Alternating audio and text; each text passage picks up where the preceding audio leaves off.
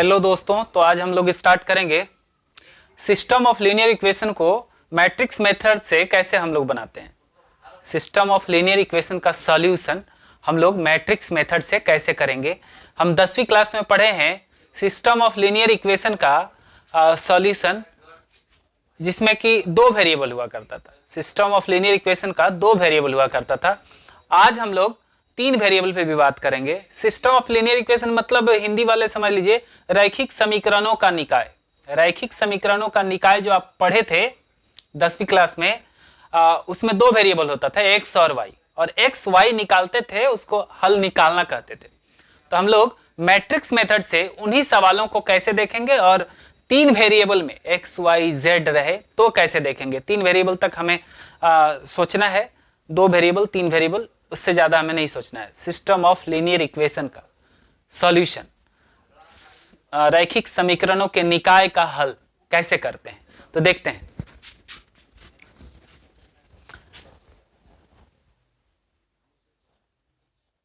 System of linear equation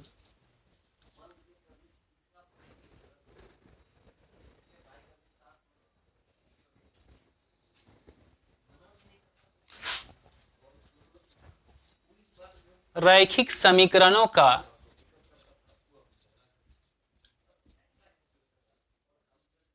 निकाय। रैखिक समीकरणों का निकाय, इस पे हम लोग काम करेंगे।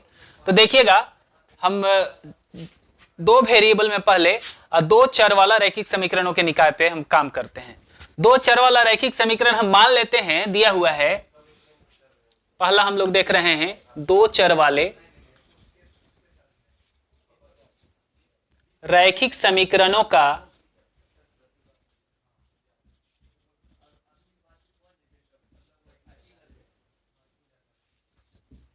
निकाय।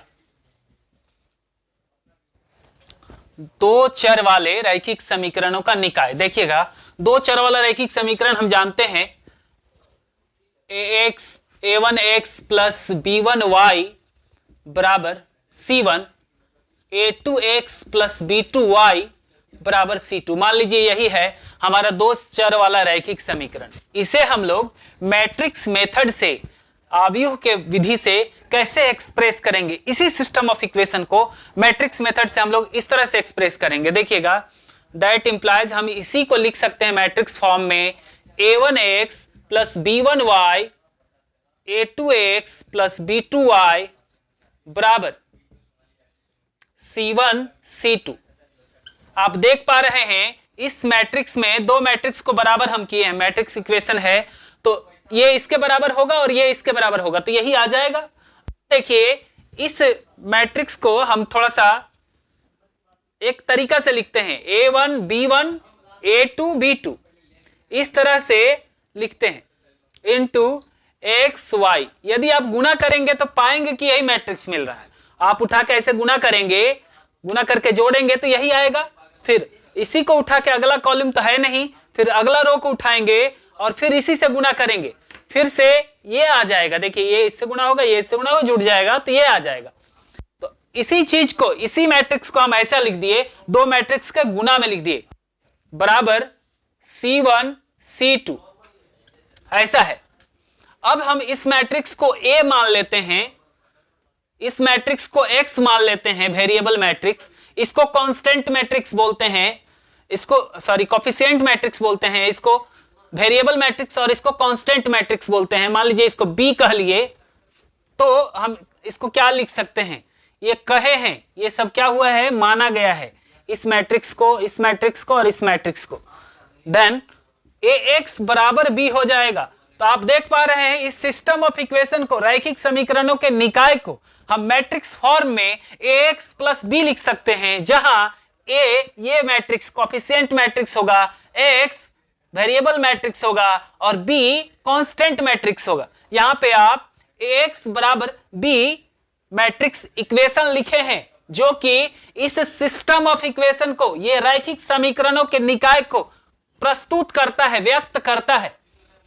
ये हमारा मैट्रिक्स फॉर्म में सिस्टम ऑफ इक्वेशन रहा, रैखिक समीकरणों का निकाय रहा। ये मैट्रिक्स मेथड में, ये मैट्रिक्स मेथड में सिस्टम ऑफ इक्वेशन है, रैखिक समीकरणों का निकाय है।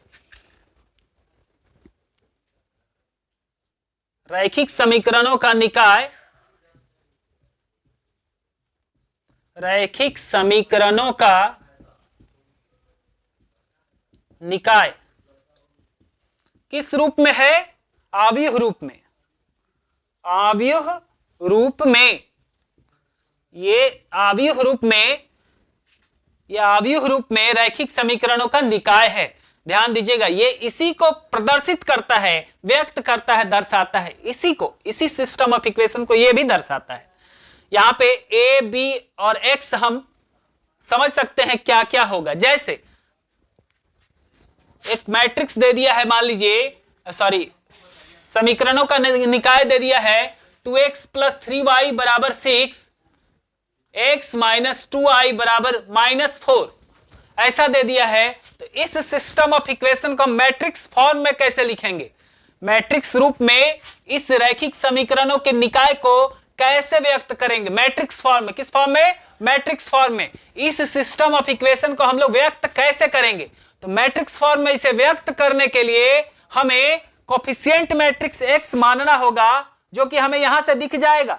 ये सिस्टम ऑफ इक्वेशन में a1 b1 a2 b2 से ही ये मैट्रिक्स बना है। तो कोफिशिएंट मैट्रिक्स a हमें मानना होगा, यहां से वेरिएबल मैट्रिक्स x मानना होगा और कांस्टेंट मैट्रिक्स b मानना होगा।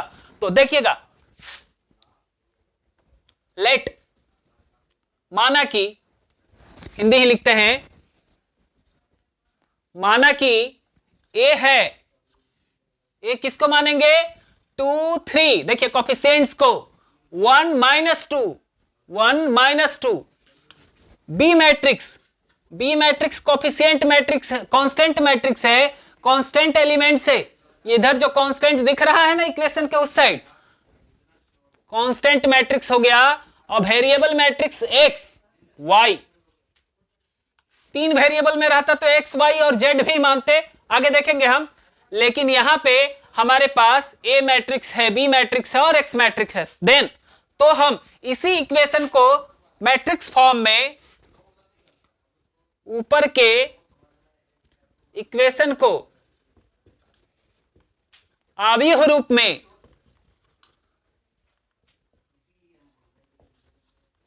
कैसे लिखेंगे आव्यूह रूप में? ऐसे लिखेंगे ax = b, जहां a, b और x तो पहले आप मान चुके हैं। इस तरह से हम लोग व्यक्त करते हैं मैट्रिक्स फॉर्म में, आव्यूह रूप में समीकरणों के निकाय को। किसको? समीकरणों के निकाय को इस तरह से व्यक्त करते हैं। ये कौन सा रूप है? आव्यूह रूप है, मैट्रिक्स रूप है, आव्यूह रूप है, मैट्रिक्स फॉर्म इसको इंग्लिश में बोलते हैं। इस समीकरण के निकाय को ये प्रदर्शित करता है, व्यक्त करता है। चलिए हम आगे बढ़ते हैं। इस समीकरणों के निकाय को मैट्रिक्स मेथड से हम लोग सॉल्व कैसे करते हैं? बड़ा आसान है, एकदम चुटकियों में समझ में आ जाएगा आपको। देखिएगा,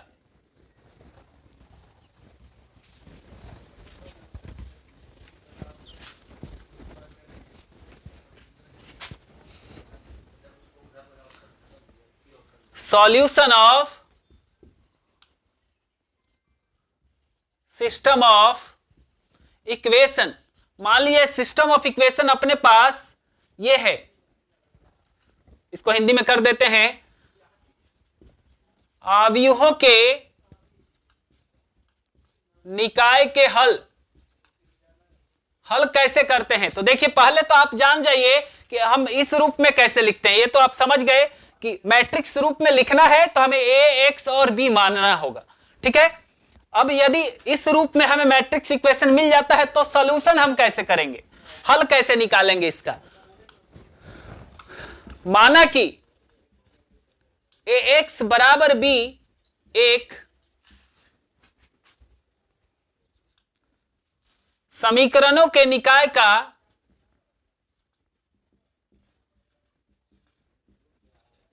आव्यूह रूप है। ऐसा है, ये आव्यूह रूप में समीकरणों का निकाय दिया हुआ है, तो आपको दिया नहीं रहेगा, आपको पहले लाना होगा। वहां लिखिएगा, इस रूप में लिख के इसके बाद लिखिएगा कि ए ये है, बी ये है और एक्स ये है, जैसे यहां पे लिखे हैं ना, मान लेते हैं या फिर ये लिख के और लिख देंगे कि जहां ए बराबर ये है, बी बराबर ये है और एक्स बराबर ये है। ऐसा आप हर अलग अलग समीकरणों के निकाय के लिए ए बी अलग अलग आएगा। एक्स यदि वेरिएबल बदल जाता तो एक्स भी अलग अलग आता। यहां पे समीकरणों का निकाय हमें आव्यूह रूप में पता है, हमें इसका हल निकालना है कि इसका हल क्या होगा। तो देखिए इसका हल कैसे होगा, दिया हुआ जो है इसमें हम दोनों साइड ए इनवर्स से गुना करते हैं, एक्स बराबर ए इनवर्स गुना बी। बड़ा आसान है, एसोसिएटिव प्रॉपर्टी जानते हैं गुना कि ए गुना बी गुना सी रहे तो आप इन दोनों को एसोसिएट, यहां पे बी और सी एसोसिएट है, एक दूसरे के साथ है, और यहां पे हम ए और बी को भी एसोसिएट कर सकते हैं, एक साथ लिख सकते हैं। तो यहां पे हम ए इनवर्स और ए को एसोसिएट कर लेते हैं, एक्स को बाहर कर लेते हैं, ए इनवर्स बी जैसा था वैसा रहने दिए। ए इनवर्स गुना ए, किसी भी मैट्रिक्स को उसी के इनवर्स से गुना करने से आइडेंटिटी मैट्रिक्स मिलता है, किसी भी मैट्रिक्स को उसी के इनवर्स से गुना करने से आइडेंटिटी मैट्रिक्स मिलता है, चाहे ये इधर रहे या ये इधर रहे। तो ध्यान दीजिएगा, ये आइडेंटिटी मैट्रिक्स हो जाएगा, यूनिट मैट्रिक्स हो जाएगा I, A inverse B, I गुना एक्स, एक्स हो जाएगा किसी भी मैट्रिक्स को यूनिट मैट्रिक्स से गुना करने से वही मैट्रिक्स मिलता है जिससे हम गुना कर रहे थे। तो ये एक्स मिला, आई को एक्स के साथ, जैसे 1 को 5 से गुना करेंगे तो 5 न मिलेगा, उसी तरह आइडेंटिटी मैट्रिक्स यूनिट मैट्रिक्स को एक्स से गुना करने से एक्स ही मिलेगा, बराबर ए इनवर्स गुना बी। ऐसा हो गया, ये रहा हमारा सॉल्यूशन, इस समीकरण के निकाय का ये हल है। अब आप सोच रहे होंगे सर यहां एक्स वाई कहां निकला, हमारा तो हल एक्स वाई होता था, एक्स वाई का मान निकालते थे तो हल होता था। तो यहां पे एक्स मैट्रिक्स एक्स वाई से एसोसिएट है, देख रहे हैं एक्स मैट्रिक्स में एक्स वाई है, जब एक्स मैट्रिक्स में एक्स वाई है और इधर से हमें कुछ मिलेगा, जब यहां पे हमें कुछ मिलेगा, मान लीजिए कि हमें ऐसा मिला, एक्स बराबर, मान लीजिए ये मैट्रिक्स बराबर ऐसा कुछ, इन दोनों को गुना करने से ऐसा मिला 2 7, ठीक है। मान लीजिए कि हमें एक्स मैट्रिक्स एक्स बराबर ऐसा सॉल्यूशन हम किए तो ऐसा आया, इन दोनों को गुना किए तो ऐसा आया।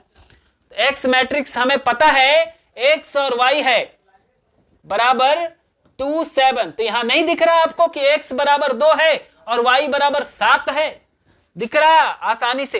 तो ऐसा ही कुछ आने वाला है, जब आप हल करेंगे रियल में तो ऐसा ही कुछ आएगा, और ऐसा आएगा तो आप x बराबर 2 और y बराबर 7 लिख लेंगे, अलग अलग जगह पे अलग अलग चीज आएगा, 2 या 7 नहीं रहेगा। चलिए हम लोग एक एग्जाम्पल देखते हैं।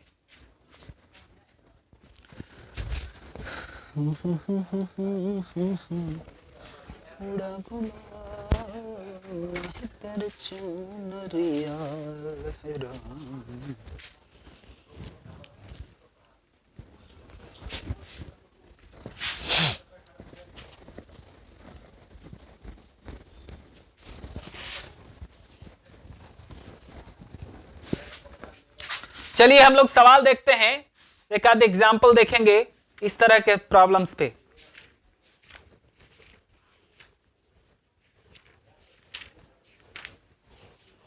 मेहनत किए जाइए, जब यहां आइएगा तो आपको और बेहतर तरीके से बताया जाएगा चीजों को, चिंता नहीं करना है।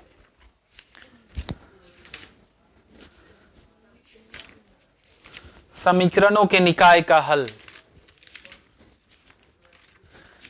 समीकरणों के निकाय का हल। चलिए दो वेरिएबल में पहले हम देखेंगे। दो वेरिएबल में कुछ ऐसा दिया है, मान लीजिए हल करने दिया है, लिखता है कि निम्नलिखित समीकरणों के निकाय को आव्यूह विधि से हल करें। निम्नलिखित समीकरणों के निकाय को आव्यूह विधि से हल करें using matrix method.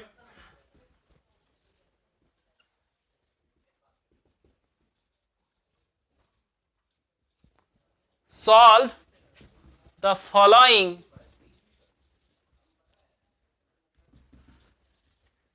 system of equations. System of equation. ऐसा दिया हुआ है, पहला नंबर में दिया है ऐसा। एक ही हम पहले सवाल देखते हैं। 2x plus 5y, 2x plus 5y बराबर 1, 3x प्लस 2y बराबर 7, ऐसा दिया हुआ है। ये रहा आपके अवयवों का, सॉरी,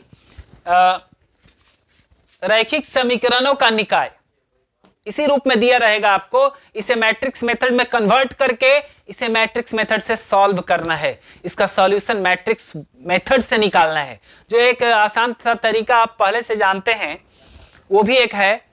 अब हम लोग मैट्रिक्स मेथड से इसका सॉल्यूशन कर रहे हैं, तो देखते हैं। पहली बात, जो दिया हुआ समीकरणों का निकाय है, लिख देते हैं। दिया हुआ समीकरणों का निकाय, दिया हुआ समीकरणों का निकाय है 2x प्लस 5y बराबर 1, 3x प्लस 2y बराबर 7, ऐसा दिया हुआ है। दिया हुआ समीकरणों का निकाय है। इसे दिया हुआ समीकरणों का निकाय इतना आव्यूह फॉर्म में, आव्यूह रूप में, आव्यूह रूप में इसे क्या लिख सकते हैं आव्यूह रूप में? तो आव्यूह रूप में होता है हमेशा ax बराबर b, जहां x, a, b ये सब अलग अलग होगा। लिख देते हैं जहां x, a यहां क्या होगा? a होगा कोफिशिएंट 2 5 2 5 3 2 3 2।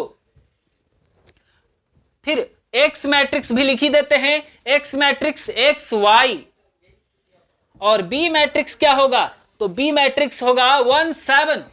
आप सब समझ रहे हैं? चलिए, तो हम आव्यूह रूप में इसी समीकरण को, निकाय को ऐसे लिख सकते हैं, इस तरह से लिख सकते हैं, जहां पे a ये होगा, b ये होगा और x ये होगा। लिख दिए। ये लिखने में कोई समस्या नहीं है यहां तक। अब चलते हैं हम हल पे। हल अभी आप देखें कि इस समीकरण के निकाय का हल होता है, समीकरण ax बराबर b का हल, x बराबर a इनवर्स गुना b होता है। अभी आपको बताए कैसे आता है, ये बताए। तो ax बराबर b समीकरण का निकाय है आव्यूह रूप में, तो इसका हल होता है x बराबर a inverse Guna b, a inverse Guna b इसका हल है। तो अब हम x मैट्रिक्स निकालते हैं। x मैट्रिक्स निकालने के लिए हमें a इनवर्स चाहिए और b चाहिए। अब हमें चाहिए x मैट्रिक्स निकालने के लिए a इनवर्स और b हमें यहां से डायरेक्ट पता है, b है 1 7, देख पा रहे हैं आप 1 7। तो b हमें पता है, हमें निकालना होगा a इनवर्स। फोकस करिए a इनवर्स पे, a इनवर्स आपको निकालना आता है। चलिए देखिएगा, a इनवर्स निकालने के लिए डिटर्मिनेंट a का जरूरत है। हम यहीं से काम शुरू कर देते हैं। यहां लिख सकते हैं आप a इनवर्स के लिए जो आप कर रहे हैं वो a इनवर्स के लिए कर रहे हैं। इसे स्टार मान लीजिए, बाद में फिर से लिखना होगा, इसलिए a इनवर्स के लिए काम कर रहे हैं। आपको किसी भी मैट्रिक्स का इनवर्स चाहिए तो आपको उसका डिटर्मिनेंट चाहिए और उसका एडजॉइंट चाहिए, जो यहां पे रखिएगा और मिल जाएगा हमें उस मैट्रिक्स का इनवर्स। तो यहां पे हमें डिटर्मिनेंट पहले निकाल लेना है। डिटर्मिनेंट निकालेंगे। ए मैट्रिक्स बताइए, यहां दिख रहा है आपको ए मैट्रिक्स 2 5 3 2 2 5 3 2। इसे इससे मल्टीप्लाई करेंगे 4 माइनस इसे इससे मल्टीप्लाई करेंगे 15, घट जाएगा -11। ये रहा हमारा डिटर्मिनेंट ए -11। अब हम चलते हैं एडजॉइंट के पीछे। ए इनवर्स में दो चीज का जरूरत था, डिटर्मिनेंट और एडजॉइंट। अब चलते हैं हम एडजॉइंट के पीछे, एडजॉइंट निकालते हैं। एडजॉइंट के लिए हमें कोफैक्टर्स चाहिए, क्योंकि आपको याद दिला दें 2/2 का एडजॉइंट होता है कोफैक्टर्स करस्पॉन्डिंग एलिमेंट्स का। A1 1 पहला रो पहला कॉलम का कोफैक्टर यहां रखेंगे, पहला रो दूसरा कॉलम में पहला रो दूसरा कॉलम का कोफैक्टर रखेंगे, दूसरा रो पहला कॉलम में दूसरा रो पहला कॉलम का कोफैक्टर रखेंगे, दूसरा रो दूसरा कॉलम में दूसरा रो दूसरा कॉलम का कोफैक्टर रखेंगे और उसका ट्रांसपोज ये होता है एडज्वाइंट। तो यहाँ पे कोफैक्टर्स का जरूरत है, किसका? ए के अवयवों का। ये जो कोफैक्टर्स दिख रहा है इनका है, इनका है, इनका है, इनका है। संगत कोफैक्टर्स को रखेंगे, सहखंड याद होगा आपको, हिंदी में बोलते थे सहखंड। निकालते हैं C11। C11 हम आपको बताए हैं कि इन दोनों को जोड़ दीजिए, सम संख्या आए तो प्लस दीजिए और माइनर लिख दीजिए। इसी अवयव का पहला रो पहला कॉलम के अवयव का माइनर लिख दीजिए। माइनर निकालना आप जानते हैं, देखिए यही पहला रो पहला कॉलम में है ना, इसी का माइनर निकालना है। ये जो दो दिख रहा है ना, इसी का माइनर निकालना है। तो आपको माइनर निकालना आता है, प्लस लिखने की जरूरत नहीं होती। माइनर एक डिटर्मिनेंट होता है, इस डिटर्मिनेंट में पहला रो पहला कॉलम को खत्म करके अवयव को लिख देते हैं। तो पहला रो पहला कॉलम खत्म करेंगे, बचेगा 2। ये रहा C12। जोड़ने से विषम संख्या आ रहा है, माइनस दीजिए, माइनर लिखिए 1 2 का पहला रो दूसरा कॉलम माइनस, और डिटर्मिनेंट होता है माइनर जो है पहला रो दूसरा कॉलम का लिखना है। तो पहला रो दूसरा कॉलम खत्म करेंगे, बचेगा 3, लिख दीजिए 3। ये -3 हो गया। C21 जोड़ेंगे, विषम संख्या आ रहा है, माइनस देंगे, माइनर लिखेंगे दूसरा रो पहला कॉलम एलिमेंट का, माइनस दूसरा रो और पहला कॉलम खत्म करेंगे, दूसरा रो और पहला कॉलम खत्म करने से 5 बचता है। 5 का डिटर्मिनेंट 5 हो जाएगा, तो ये -5 आ गया। C22 यहां पे देखिए जोड़ने से सम संख्या आ रहा है इसलिए प्लस होगा, माइनर दूसरा रो दूसरा कॉलम, दूसरा रो दूसरा कॉलम को खत्म करिए। यहां पे दूसरा रो दूसरा कॉलम खत्म होके बचेगा 2, लिख दीजिए, यहां पे आ गया 2। तो हम एडज्वाइंट अब लिख देते हैं। एडज्वाइंट ए बराबर होता है C11 C12 C21 C22 का परिवर्त। C11 हमें पता है, सब निकाल लिए हैं हम। C11 है 2 -3 -5 2 का परिवर्त। यहां पे देखिए परिवर्त करना आप जानते हैं, रो को संगत कॉलम में बदल के परिवर्त निकालते हैं। फर्स्ट रो को फर्स्ट कॉलम में, सेकेंड रो को सेकेंड कॉलम में लिखिए। 2 -3 -5 2। चलिए परिवर्त मिल गया। तो अब क्या हमें मिला? एडज्वाइंट ए मिल गया। ए इनवर्स लिखें, ए इनवर्स बराबर, ए इनवर्स के पीछे ही पड़े थे हम। ए इनवर्स बराबर आया अपने पास 1 बाय डिटर्मिनेंट है -11 है, 2 -5 -3 2 आ गया एडज्वाइंट। ए इनवर्स यही ना होता है, भूल गए होंगे, लिख देते हैं फिर से। ए इनवर्स बराबर होता है 1 बाय डिटर्मिनेंट ए गुना एडज्वाइंट ए। ये होता है 1 बाय डिटर्मिनेंट ए, हमें पता है -11 है, -11। अब एडज्वाइंट ए भी पता है 2 -5 -3 2, लिख दिए। कुछ नहीं सोचना, ए इनवर्स हमारा यही हो गया। अब हमें सोचना है स्टार पे कि एक्स कैसे निकालें। एक्स निकालने के लिए ही तो हम ये कलाकारी लगा रहे थे। ए इनवर्स निकालने के पीछे कारण यही था कि एक्स हम निकालना चाह रहे हैं। एक्स ही सॉल्यूशन होगा, यही वेरिएबल है। इसी मैट्रिक्स में एक्स और वाई है, देख लीजिए एक्स और वाई इसी एक्स मैट्रिक्स में छिपा हुआ है। तो हमें एक्स मैट्रिक्स निकालना है, और एक्स मैट्रिक्स निकालने के लिए हमें ए इनवर्स का जरूरत है और बी का जरूरत है। बी हमारे पास साक्षात था और ए इनवर्स निकालने का जरूरत था ए के मदद से, जो हम निकाल लिए हैं। अब रख देते हैं, यहां पे हम रखते हैं x बराबर A inverse 1 by -11 into A inverse लिख रहे हैं। यहां ध्यान दीजिएगा, हम स्टार को लिख रहे हैं, यहां लिख सकते हैं फ्रॉम स्टार या स्टार इंप्लाइज, स्टार को लिख रहे हैं। x बराबर 1 बाय 11 ए इनवर्स है, ए इनवर्स मतलब 1 by -11 into 2 -5 -3 2 Guna B matrix. B matrix साक्षात था हमारे पास 1 7। चलिए यहां पे आप देख पा रहे हैं 2 अवयवों का गुना है, ये दोनों अवयवों को गुना करिए, इसको इससे उठा के गुना करेंगे तो 2 एकम 2 और ये इससे गुना होगा तो -35। फिर इसी को उठा के, अगला कॉलम नहीं है, बंद कर दीजिए। फिर दूसरे रो को उठाइए, फिर इससे गुना करिए। गुना करना आप अच्छे से जानते हैं, ये हम मान के चल रहे हैं। इसे उठा के इससे गुना करेंगे, -3 + 14, -3 + 14, तो यह आ गया -1/11। यहां पे घटाएंगे -33 और यहां पे 11, -1/13 एक्स मैट्रिक्स है, -1/11 से गुना करेंगे तो एक्स मैट्रिक्स हमें क्या मिलेगा? -1/11 से गुना होगा तो ये 3 हो जाएगा और ये -1 हो जाएगा। आपको बोले थे ना ऐसा ही आएगा। एक्स मैट्रिक्स है क्या? एक्स वाई है, एक्स मैट्रिक्स ये है। अब रख लीजिए 3 और -1, एक्स कितना निकला? एक्स दिख रहा है आपको? दो अवयव बराबर है तो संगत अवयव बराबर होगा। इसका संगत ये है, ये इसके बराबर होगा और ये इसके बराबर होगा, तो यहाँ पे 3 हो गया और y बराबर -1 हो गया। अब बोलिएगा कि सर इतना बड़ा मेथड का जरूरत कहाँ था, आप मैट्रिक्स मेथड से क्यों बनाए? इतना बड़ा हो गया, हम तो पहले 10वीं क्लास में जो पढ़े हैं बड़ा आसान से बना सकते थे। ब्रजगुणन विधि भी था, फॉर्मूला पे आधारित था, प्रतिस्थापन विधि था, कई विधि था, तो हम उस तरह से बना सकते थे। इसका फायदा आपको 3/3 में मिलेगा। 3/3 उस मेथड से नहीं ना बन सकता आसानी से, इसलिए इस मेथड से हम लोग काम कर रहे हैं। इस मेथड पे काम करने का वजह यही है। और बड़ा बड़ा यदि 4 वेरिएबल 5 वेरिएबल में आने लगेगा समीकरणों का निकाय, तब कैसे करेंगे? तो उस समय ये सब काम आएगा। ठीक है, आज इतना ही। आप लोग एक्सरसाइज 8.1 हिंदी मीडियम केसी सिन्हा का 8.1 का पहला नंबर सवाल बनाइएगा। इसमें 5 सवाल है, एक हम बता चुके हैं और 4 सवाल बचता है। इसमें आपको बना के लाना है मतलब यहां नहीं आना है, तो आपको बना के और हमको दिखाना है। जरूर कोशिश करिएगा, छोड़िएगा नहीं इसे। एक्सरसाइज होने से फायदा होता है कि आपके दिमाग में चीज अच्छा से बैठ जाता है।